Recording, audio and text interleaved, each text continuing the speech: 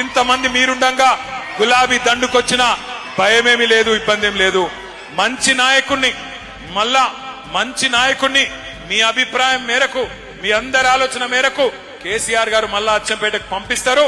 తప్పకుండా కేసీఆర్ గారు ఎవరికి బొట్టు పెట్టి తమ్ముడు ఈయన నా అభ్యర్థి అంటే ఆయనకు కాదు మీరు వేసే ఓటు కేసీఆర్ గారికి. కాబట్టి మళ్ళీ కేసీఆర్ గారు రావాలి అంటే అచ్చంపేట మీద గులాబీ జెండా ఎగిరేయాలని చెప్పి నేను కోరుతా ఉన్నా.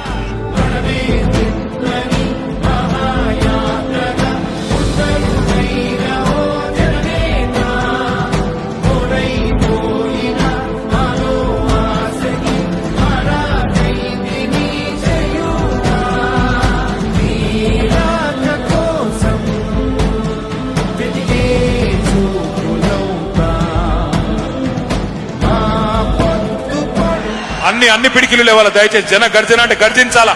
జై తెలంగాణ. కేసీఆర్ గారి నాయకత్వం.